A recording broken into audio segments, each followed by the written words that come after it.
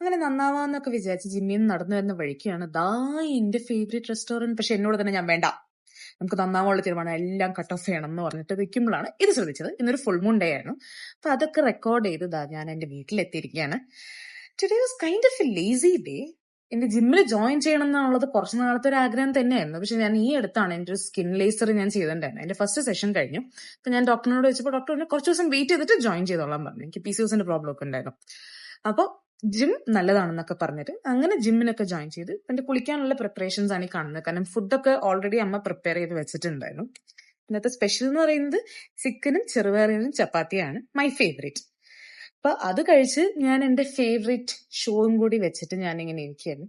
Show അല്ല, എന്തെങ്കിലും കാണാൻ, കഴിച്ചോണ്ടിരിക്കുമ്പോ എന്തെങ്കിലും കാണാൻ വേണ്ടിയിട്ടാണ് ഞാനിത് വെച്ചിട്ടുണ്ടായിരുന്നത്. അപ്പോ എന്റെ ഒരു ഫേവറേറ്റ് ഫുഡാണിത്. അപ്പൊ അത് എൻജോയ് ചെയ്യാൻ എന്റെ ഒരു സ്ക്രീൻ ടൈം അങ്ങനെ. എനിക്ക് ഏറ്റവും ഇഷ്ടമുള്ളതാണ് ഐസേജിന്റെ ഒരുവിധം എല്ലാം ഞാൻ കണ്ടിട്ടുണ്ട്.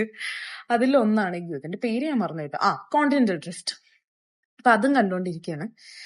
അതെല്ലാം കഴിഞ്ഞ് ഇവിടെ എത്തിയിരിക്കുകയാണ്.